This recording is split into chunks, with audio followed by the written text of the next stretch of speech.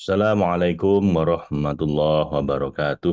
Bapak Ibu, mari kita berdoa dulu. Semoga apa yang kita baca ini benar-benar akan menerangi hati kita, menerangi jalan hidup kita, menjadikan kita sampai pada pelukan cinta Allah Sang Maha Kekasih.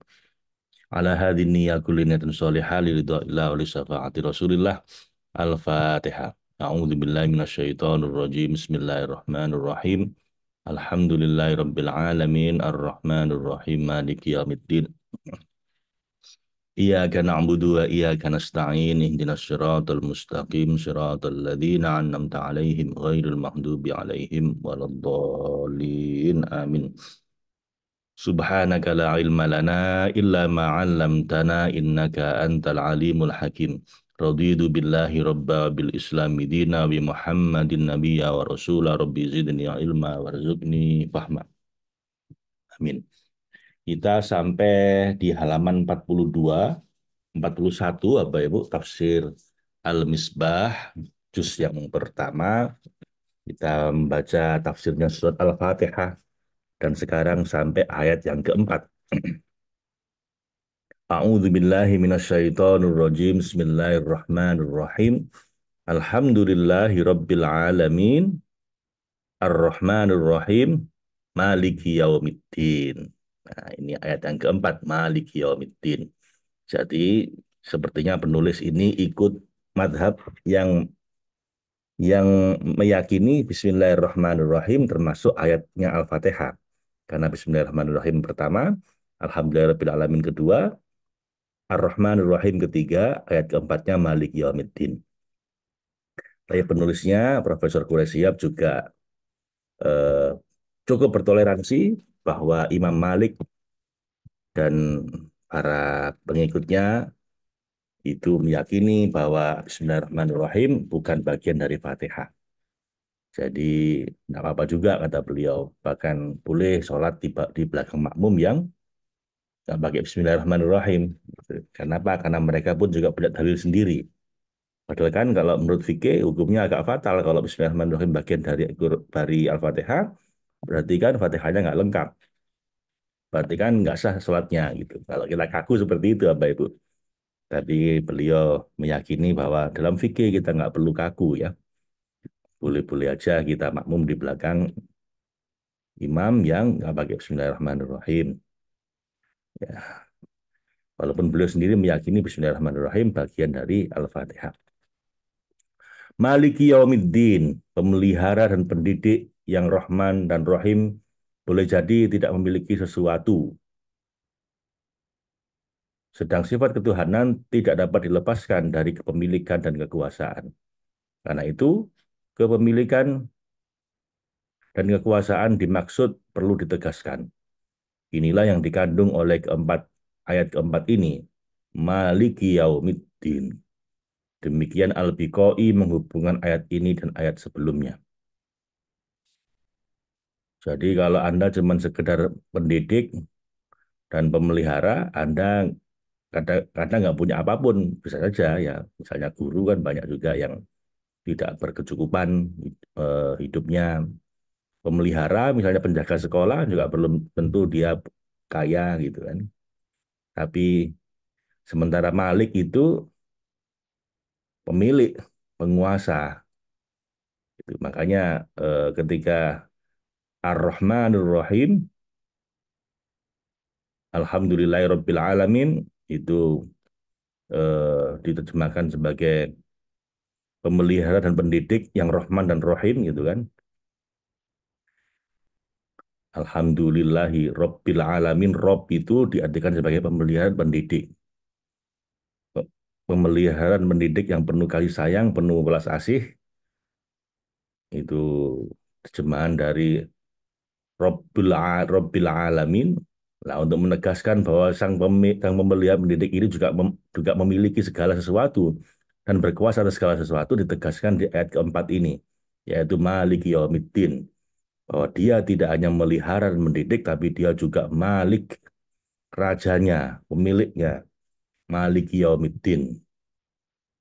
Thohir bin Ashur menulis bahwa penempatan ayat ini setelah penyebutan sifat-sifat Allah yang lalu bukan sekedar untuk memaparkan sifat-sifatnya, tapi ia merupakan akibat dari sifat-sifat yang telah dipaparkan pada ayat-ayat yang lalu.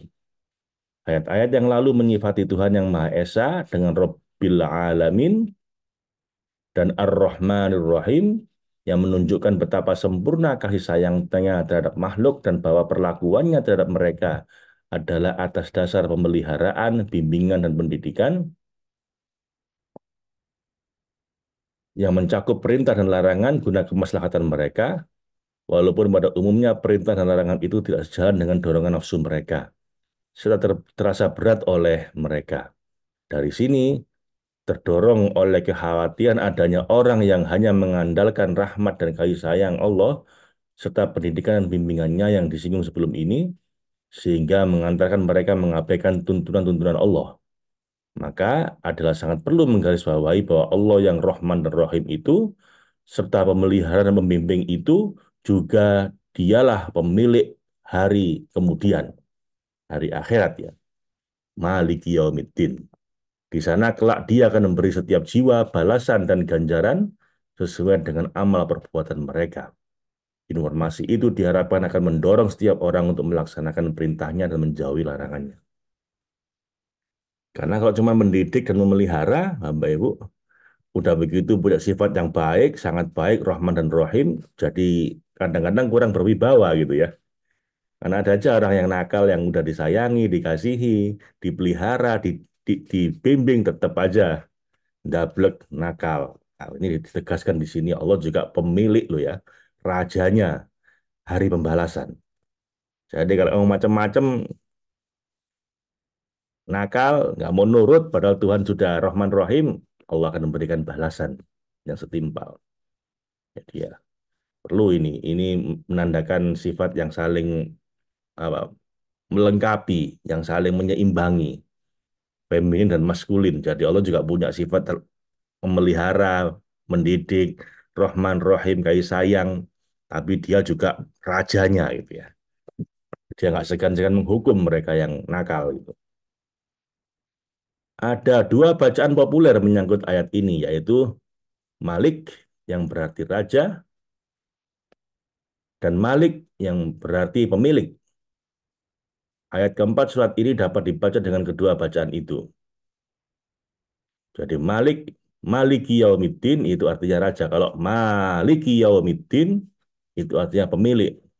Maka ayat keempat surat ini dapat dibaca dengan kedua bacaan itu. Dan keduanya adalah bacaan Nabi berdasarkan riwayat-riwayat yang dapat dipertanggungjawabkan kesohihannya atau mutawatir.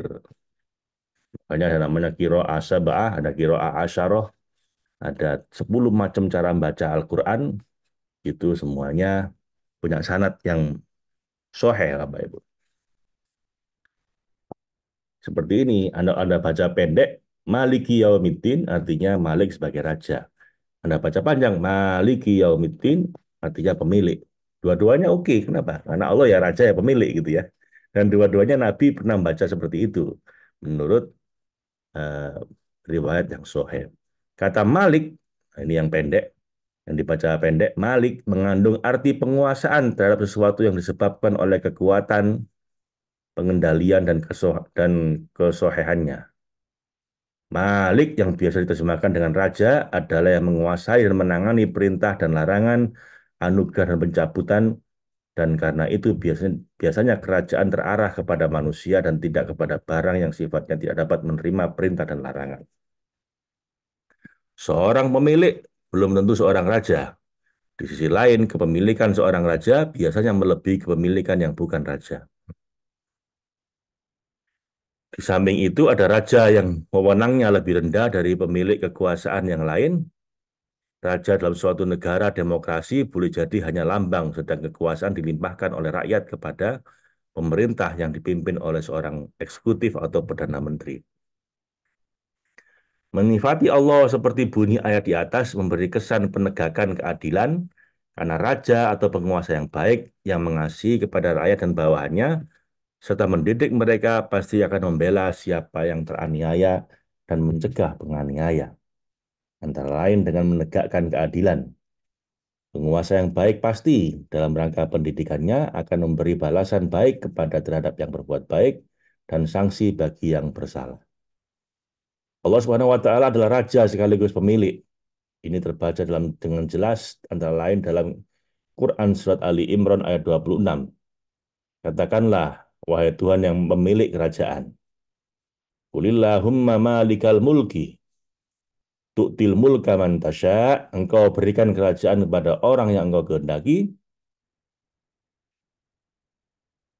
dan engkau cabut kerajaan dari orang yang engkau kehendaki. Engkau muliakan orang yang engkau kehendaki, wa tu'izzu man tasya, wa tudzillu man tasya, dan engkau hinakan orang yang engkau kehendaki. Biyadikal khair, di tanganmu lah segala kebaikan, innaka ala kulli syai'in qadir, sesungguhnya engkau yang maha kuasa atas segala sesuatu. Jadi ayat ini saling melengkapi ya Bapak Ibu ya. Kepemilikan Allah berbeda dengan kepemilikan makhluk atau manusia. Allah Subhanahu wa taala mempunyai kewenangan penuh atas melakukan apa saja terhadap apa yang dimilikinya, berbeda dengan manusia. Sebagai contoh, jika Anda memiliki seorang pembantu, maka walaupun Anda berwenang untuk memperkerjakannya sesuai dengan kehendak Anda, dan dia berkewajiban untuk melaksanakan perintah dan atau menjauhi larangan Anda, tetapi Anda tidak menguasai perasaan dan pikirannya. Anda tidak kuasa untuk menghentikan peredaran darah atau denyut jantungnya. Anda tidak memiliki dan menguasainya pada saat-saat istirahat atau hari-hari liburnya. Bahkan jangankan manusia, pemilikan terhadap makhluk tak bernyawa pun tidak sampai pada suatu tingkat kepemilikan yang mutlak. Bukankah jika Anda mempunyai sebuah cangkir, Anda tidak bebas melempar atau memecahkannya? Karena jika itu Anda lakukan, maka paling sedikit kecaman akan terlontar pada Anda karena manusia adalah makhluk bertanggung jawab atas segala aktivitasnya. Berbeda dengan Allah, dia tidak dikecam atas apapun yang dilakukannya karena pertimbangan pikiran manusia tidak dapat menjadi ukuran yang pasti terhadap perbuatan-perbuatan Allah. Dialah Allah tidak dituntut untuk mempertanggungjawabkan apa yang dilakukannya, sedang mereka manusia dituntut. Surat Al-Anbiya ayat 23.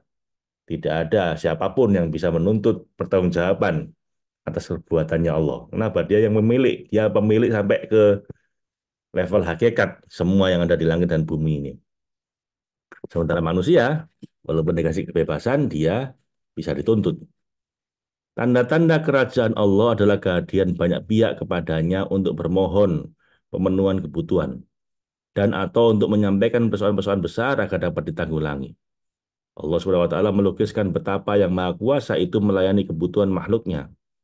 Firman-Nya dalam surat Ar-Rahman ayat 29, setiap yang di langit dan di bumi memohon kepadanya setiap saat dia dalam kesibukan untuk memenuhi kebutuhan mereka.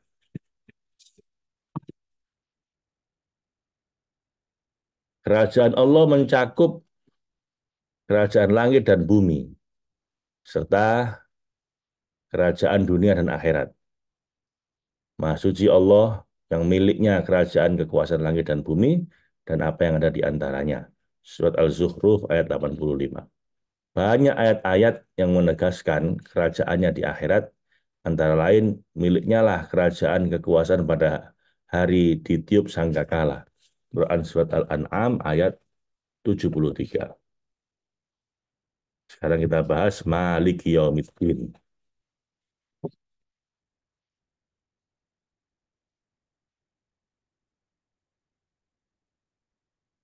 Maliki Yaumiddin, Allah adalah Malik Yaumuddin, Yaumiddin. Yaum biasanya terjemahkan dengan hari. Kata ini terulang dalam Al-Quran sebanyak hari-hari dalam setahun, yakni 365 kali. Wah, ini seru ya. Eh, Kata yaum dalam Quran itu disebut 365 kali, Bapak Ibu. Sesuai jumlah hari dalam tahun, satu tahun. Ya ada tahun kabisat yang 366, tapi normalnya tahun 365 hari. Dan Quran ada menyebut kata yaum 365 kali. Jadi seteliti itu, setepat itu Quran dalam menyebut apa kata-kata, tidak hanya kata hari, nanti Anda akan menemukan banyak kata-kata yang lain yang itu selaras dengan dengan kondisi nyatanya.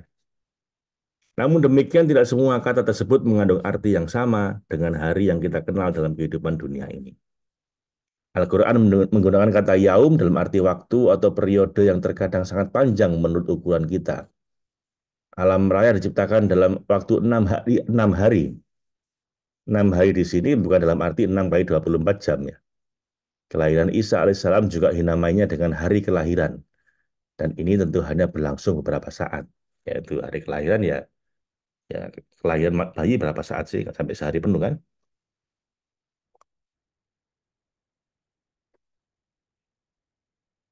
Kata ad-din, bahkan semua kata yang terdiri dari huruf-huruf yang sama, walaupun dengan bunyi dan hakikat atau harokat yang berbeda, seperti din berarti agama, agama, dain berarti hutang, dana yadinu menghukum,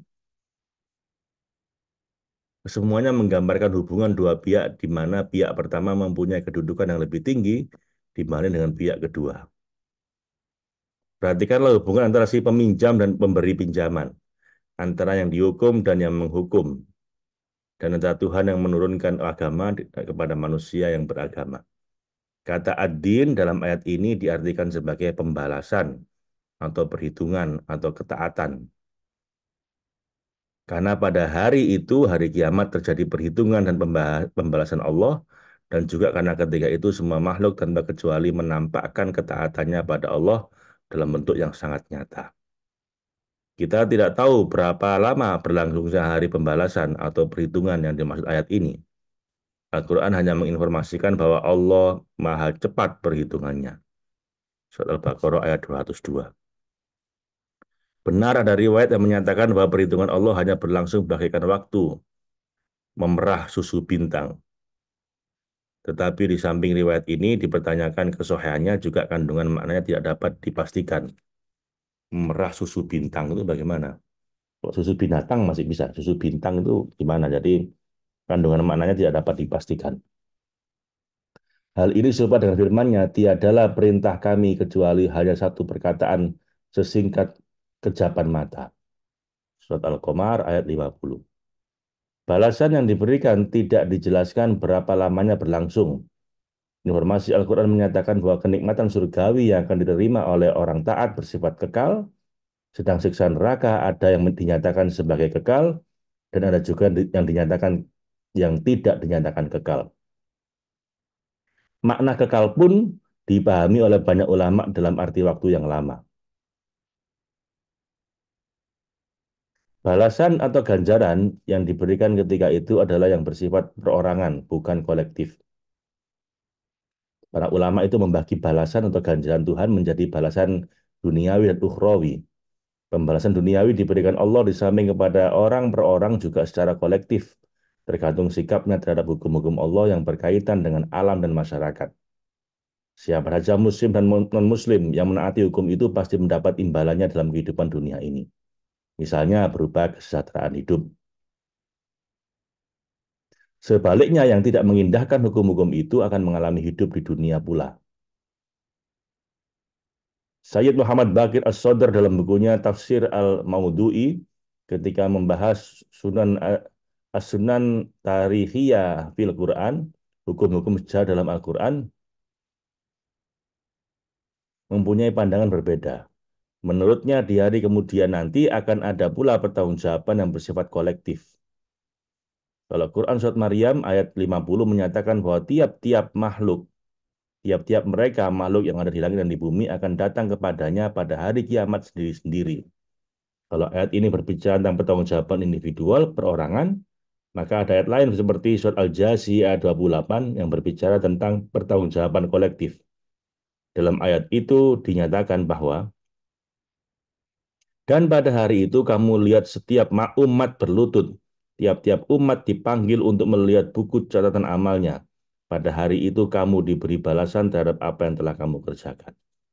Menurut As-Sadr, tujuan pertanggungjawaban ini adalah untuk memulihkan hak-hak kepada para pemiliknya. Karena tidak jarang hubungan-hubungan dalam suatu masyarakat berjalan sangat timpang. Seorang yang tertindas mungkin saja semestinya menduduki tempat setinggi-tingginya. Nah, disinilah pertanggungjawaban itu diperlukan. Ketika itu semua pihak yang terlibat dikumpulkan dan semua putusan dijatuhkan. Dan setelah putusan dijatuhkan, terjadilah penyesalan yang luar biasa dan menjadikan saat itu seperti apa yang dinamai oleh Quran Yaumut Taghabun, hari penyesalan yang amat besar. Quran Surat At-Taghabun ayat 9 menyatakan hari yang pada waktu itu Allah mengumpulkan kamu pada hari pengumpulan kiamat, itulah hari At-Taghabun. Salah satu tema pokok yang menjadi perhatian Al-Quran adalah persoalan hari pembalasan. Ayat keempat di atas menyatakan bahwa Allah adalah pemilik atau raja di hari kemudian hari pembalasan itu. Paling tidak ada dua makna yang dikandung oleh penegasan ini, yaitu pertama, Allah yang menentukan dan dia pula satu-satunya yang mengetahui kapan tibanya hari tersebut. Sebagaimana firman-Nya dalam surat Al-A'raf ayat 187. Sesungguhnya pengetahuan tentang hari kiamat itu ada pada sisi Tuhanku. Tidak satu makhluk pun yang dapat menjelaskan waktu kedatangannya kecuali dia semata. Yang kedua, Allah menguasai segala sesuatu terjadi dan apapun yang terdapat ketika itu. Kekuasaannya sedemikian besar sampai-sampai jangankan bertindak atau bersikap menentangnya, berbicara pun harus dengan seizinnya. Pada hari itu, ruh malaikat Jibril dan para malaikat yang lain berdiri bersof-sof. Tidak ada yang berbicara kecuali yang diizinkan oleh Ar-Rahman. Dan dia mengucapkan kata-kata yang benar. Surat An-Naba ayat 38.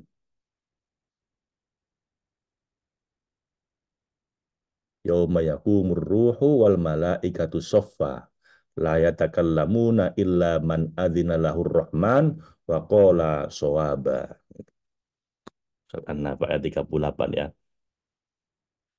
Sedemikian mencekam keadaan ketika itu sehingga kamu tidak mendengar kecuali bisikan-bisikan saja.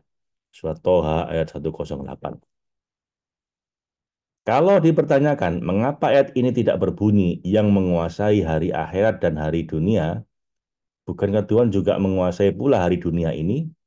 Jawabannya terletak pada makna yang dikandung oleh kata malik atau malik seperti yang dikemukakan di atas, yakni bahwa ketika itu kekuasaan kerajaan Tuhan sedemikian menonjol sehingga tidak satu makhluk pun yang tidak merasakannya dan tidak satu pun yang berani membangkang serta tidak sesaat pun terlintas dalam benak siapapun kemampuan atau kehendak untuk mengingkari kekuasaan Allah. Berbeda halnya dengan kekuasaan kerajaannya dalam kehidupan dewasa ini di dunia ini. Walaupun Allah walaupun Allah juga penguasa dan raja dalam kehidupan dunia ini, namun tidak semua makhluk menyadari kekuasaan dan kerajaannya. Ada saja di antara mereka yang membangkang bahkan mengaku sebagai Tuhan. Berbagai argumentasi telah dikemukakan Al-Quran untuk membuktikan keniscayaan hal tersebut. Salah satu di antaranya berkaitan dengan nilai keadilan. Bukankah masih banyak orang yang berbuat kebaikan yang menemukan ganjaran kebaikannya secara sempurna? Bukankah pula sebagian banyak orang melakukan kejahatan dan belum mendapatkan balasan kejahatannya?